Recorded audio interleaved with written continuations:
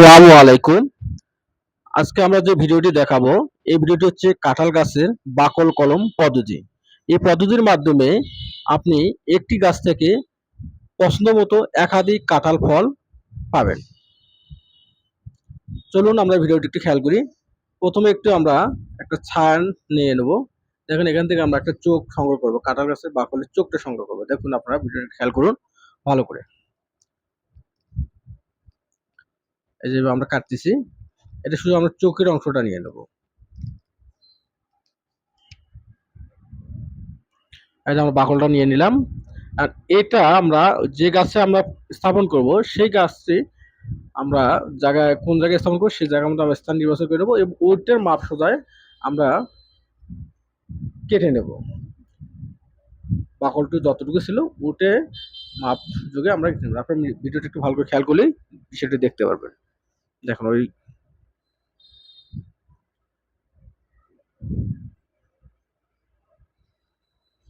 হ্যাঁ দেখেন ভিডিওটা একটু ভালো করে খেয়াল করে দেখেন। আমরা এই অলরেডি আমার কাটা একটা মাপ হয়ে গেল। এখন আমরা ওই যে গাছে স্থাপন করব সেই গাছের বাকলের অংশটুকু এখন ফেলে দেব।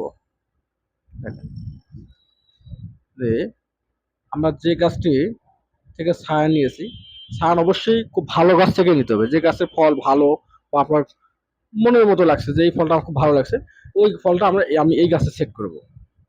সেই গাছে অবশ্যই ছায়া নেবেন। দেখেন আমরা মাপ অবশ্যই একটু বড় হয়েছে, তাকে আমরা একটু কেটে নেব, নিয়ে সুন্দর করে এই যে মাপ আমরা এখানে সেট করব। দেখুন আমরা একটু সেট করলাম। এখন আমরা এতে পলিথিন দিয়ে বেঁধে নেব, পাতলা পলিথিন। তো অবশ্যই চোখটা বাইরে বের করে রাখবো। বাকি যে অংশটুকু আছে সম্পূর্ণটা পলিথিন দিয়ে আমরা বাঁধন দেবো। এটা ভিডিওটা ভালো করে খেয়াল করে দেখো আমরা কি করতে যাচ্ছি।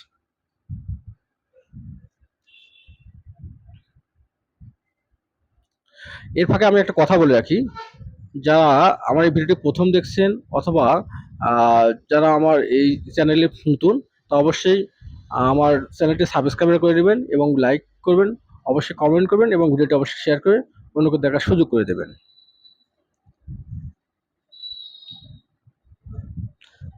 পরবর্তী আবার অবশ্যই আমরা নতুন ভিডিও নিয়ে আসবো। বাধা শেষ হয়ে গেল, এখন মোটামুটি কাজ শেষ। আমরা 30 দিন পরে এটা অবশ্যই ফলো করব। এই দেখুন, ধন্যবাদ পাশে থাকার জন্য।